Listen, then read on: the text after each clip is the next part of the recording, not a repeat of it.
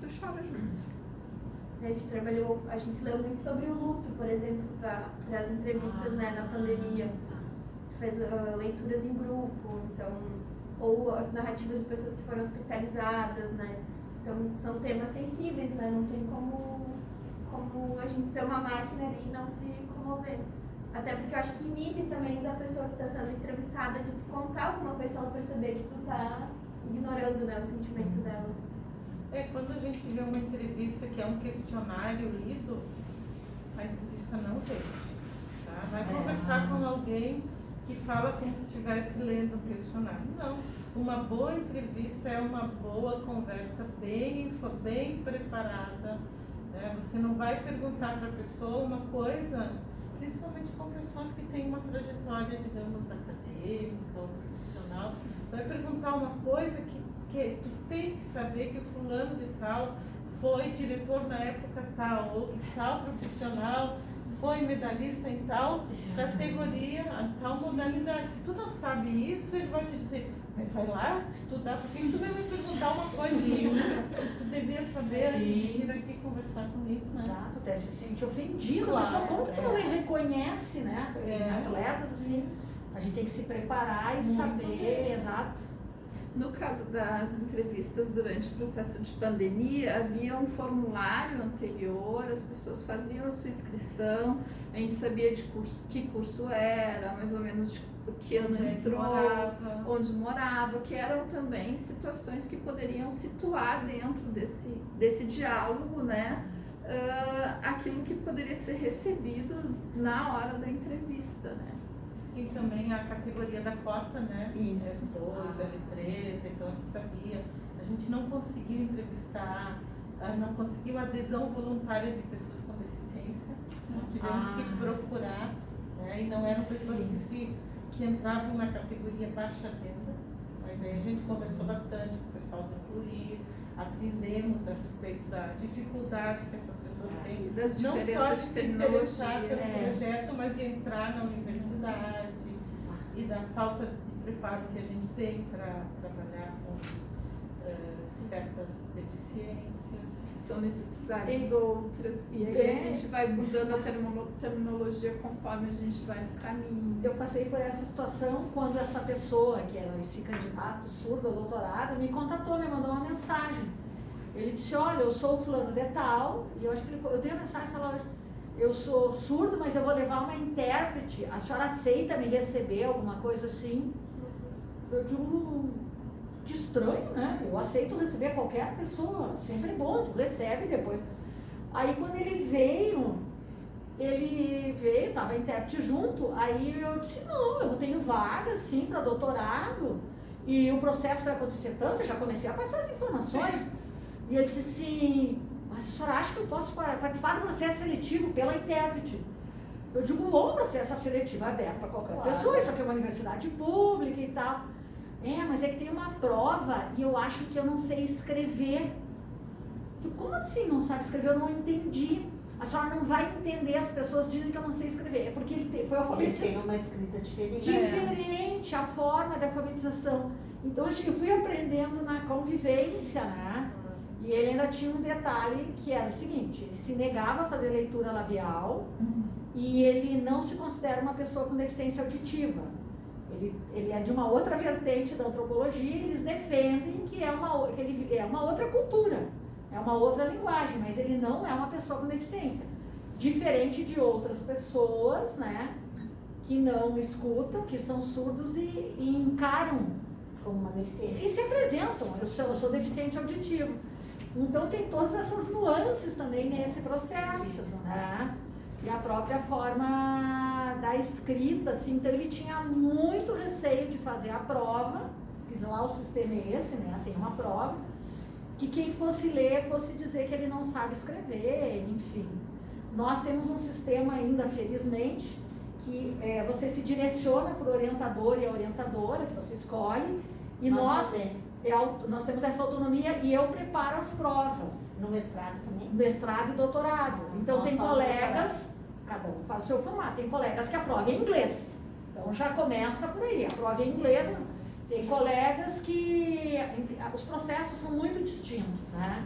Então, daí que eu comecei a entender o receio dele, porque ele já tinha tentado em outros lugares, e eu acho que conversado com algumas pessoas ali na nossa instituição, e aí ele não enxergava esse caminho aí. Então, eu achei sensacional tu trazer. Eu fiquei pensando agora, usar esses recursos para trabalhar com uma pessoa surda ou com uma pessoa com deficiência, as entrevistas, porque a Luana vai desenvolver a dissertação, né, Luana?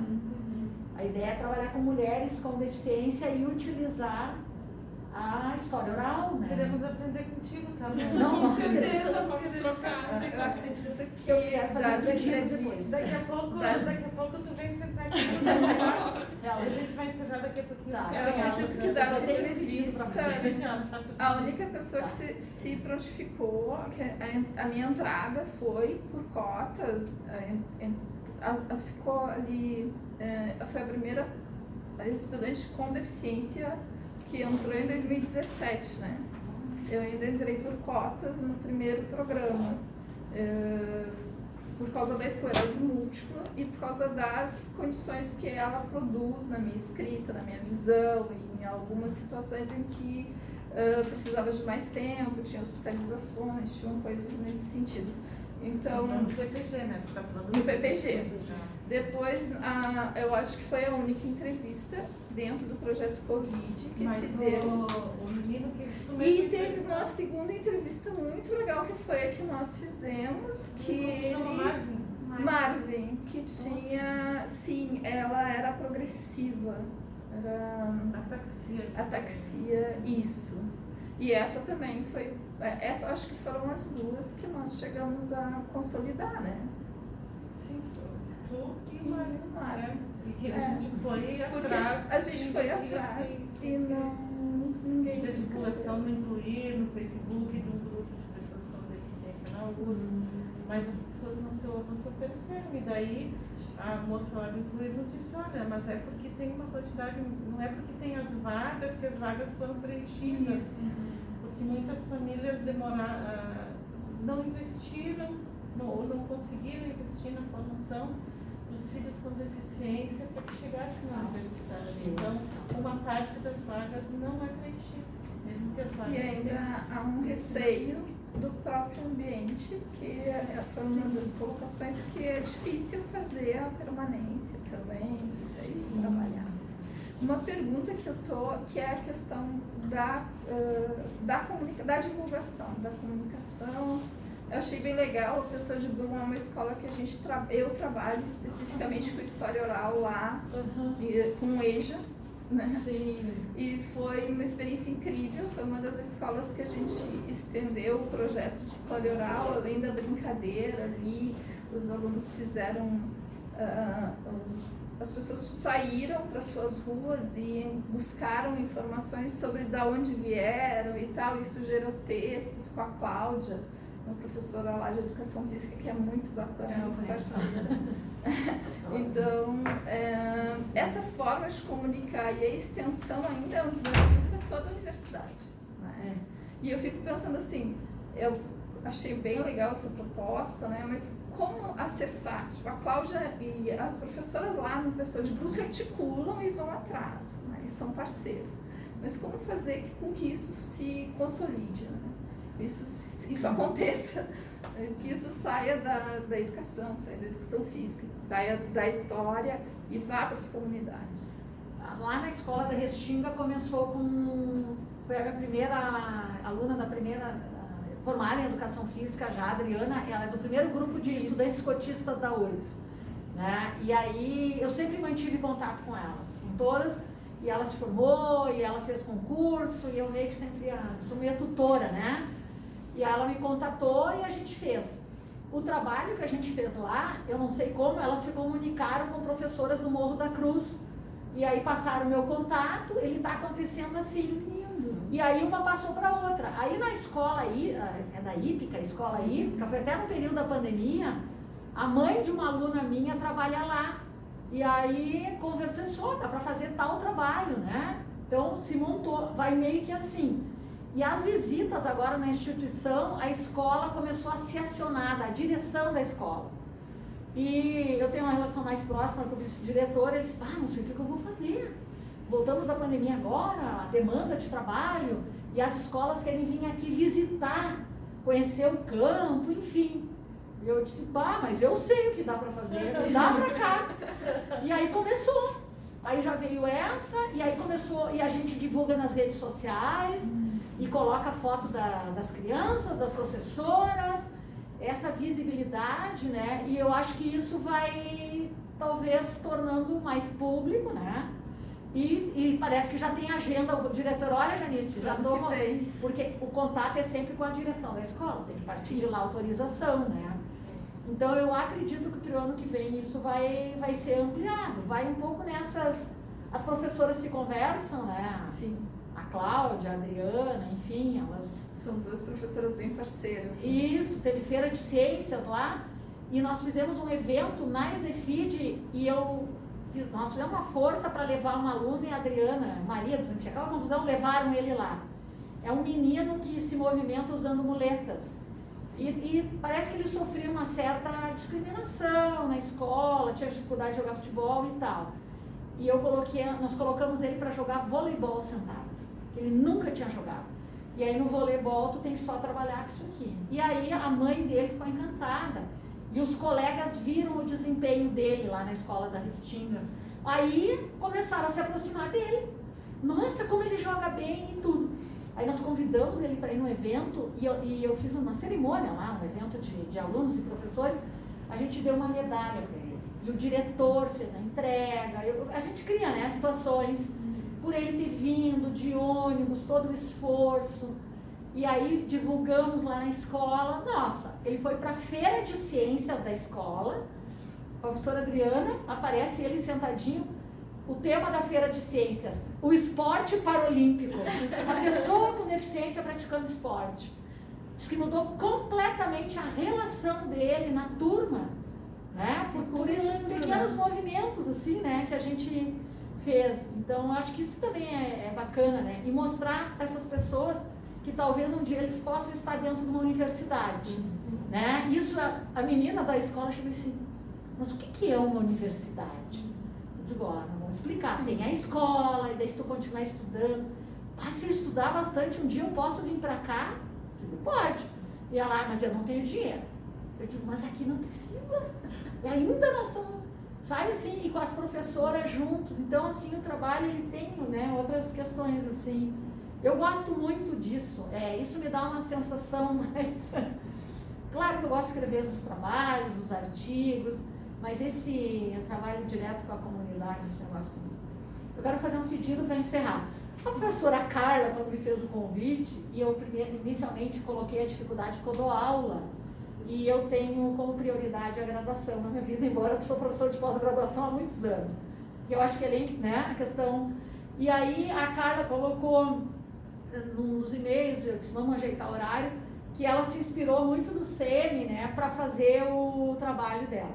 E eu acessei o trabalho todo de vocês, li o manual, e eu fiquei encantada com o trabalho de vocês. E agora eu vou dizer, quero pedir autorização, para que nessa nova fase do SEMI, que eu estou revisando documentos, materiais e esses novos caminhos, no sentido não de dizer que estava errado antes, mas de atualizar nesses novos momentos, de fazer uso do manual de vocês e, claro, dar créditos para vocês.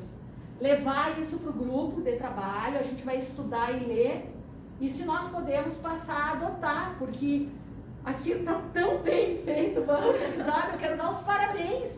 E eu fiquei pensando, por que nós vamos refazer? Foi como quando eu fiz o SEMI, né? Se a Fundação Getúlio Vargas já tinha toda aquela tradição, a gente foi usando um trabalho que, né, já está consolidado e caminhado. E claro, fiz os ajustes em razão de trabalhar com objetos de estudos, que é o esporte, a educação física. Então eu queria saber se é possível fazer isso, né? Que agora 2023 a gente vai dar uma retomada nas nossas tarefas. Já fizemos a limpeza, a faxina. Eu consegui muitos acervos durante a pandemia. E aí o SEMI virou um depósito, né? Não tinha nem por onde passar. Né? Muitas pessoas, assim, ficaram mais em casa e tal. A gente já está com essa parte física mais organizada, limpa. Agora nós queremos retomar E eu queria saber se isso é possível. Está lá público, pode usar, e eu espero Tá. que esteja suficientemente dito lá no começo que a gente se inspirou no material do SEMI, né? Espero que Estudamos esteja ele, escrito, inclusive. né? Mas eu vou conferir se está suficientemente escrito. Mas sem dúvida é um material público e possivelmente a gente também vai atualizá-lo ao longo do tempo, né? Mas por enquanto ele é o resultado daquilo que a gente pensou até o momento. Assim, eu disse, nossa, que bom, até porque dentro de uma disciplina do pós-graduação, eu sempre falo, né, na pesquisa, eles me convidam para falar sobre história oral, porque eu sou sempre há anos, e aí eu disse, nossa, esse material, assim, né, para falar para os estudantes que vão trabalhar, então, tá liberado, vou colocar lá, vou colocar o link de vocês, nós vamos analisar mais o site de vocês. Eu comentei já, disse, Luana, olha só, a ideia dos projetos, como eu sempre achei que tem que ser, né? Sim. Agora até a gente conseguir avançar, mas agradecer a oportunidade, Carla, e dizer que vocês agora são a nossa inspiração, no sentido da gente aperfeiçoar o trabalho, né? E agradecer a oportunidade do Adores, eu fiquei encantada. Nossa, eu vou lá na Facete conhecer, se tu me convidar. Eu vou achar um tempinho para ir lá, achei maravilhoso, assim, né? Já eu tinha Mas é um escutado. trabalho bem pequeno. Mas o nosso também é. O nosso trabalho é micro, como eu digo. Não, Nós, tem, tem um lastro importante da casa mas também. Mas a gente Mas vai, assim, vai aprendendo umas com as outras. eu fazendo sempre, parcerias. isso, eu sempre digo, a gente segue na sociedade das formiguinhas, né? Vai fazendo devagarinho, vai trabalhando e vai. Mas fiquei encantada, assim, de ver, quero ir lá e até vou estimular, porque eu tenho vários alunos que fazem disciplinas lá, a própria Fernanda Goldani, que está fazendo disciplina com a professora Carla, para ir lá conhecer, porque ela também vai trabalhar com história oral, né, mais voltada aí para a história das mulheres no futebol. Então, foi muito bom, né? A gente tem tantas coisas boas dentro da URGS, né? Sim. E às vezes não se conhece, né? Não se comunica, não se conhece. Agradecer a Carla. Que oportunizou. Né? Não, muito Foi obrigada. muito bom. Tá dentro desse espírito dos nossos diálogos de história oral, está fazendo uma força para voltar a ter as atividades presenciais, né? Assim, acho que devagarinho a gente vai conseguir recuperar esse costume de se encontrar não só nos momentos de aula, né? Mas também ter esses outros momentos. Muito obrigada, pequenas formigas grandes. Muito obrigada por vocês terem participado. Obrigada pela Beatriz, que fez os cartazinhos de divulgação. Obrigada pela presença.